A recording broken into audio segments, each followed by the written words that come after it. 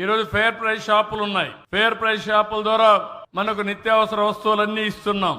వీళ్ళు వచ్చి దగ్గర 2,000 కోట్ల రూపాయల పైన అప్పులు చేసి ఎండి అని పేరు పెట్టి ఏదో ఇంటింటికి రేషన్ ఇస్తామని వీళ్ళు ఇష్టం వచ్చినప్పుడు వచ్చి రోడ్డు మీద నిలబడుకొని అందరినీ పరిగెత్తరమ్మని చెప్పే పరిస్థితికి వచ్చారు. ఎవరు అడిగారని చెప్పి అడుగుతున్నాం.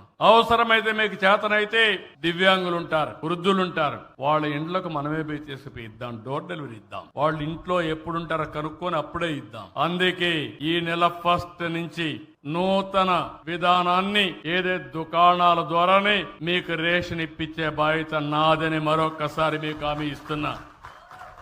దీనివల్ల మీరు ఎప్పుడైనా వెళ్ళొచ్చు. రేపటి నుంచి మీరు ఫ్రీగా ఉన్నప్పుడు వెళ్ళి తెచ్చుకుంటారు.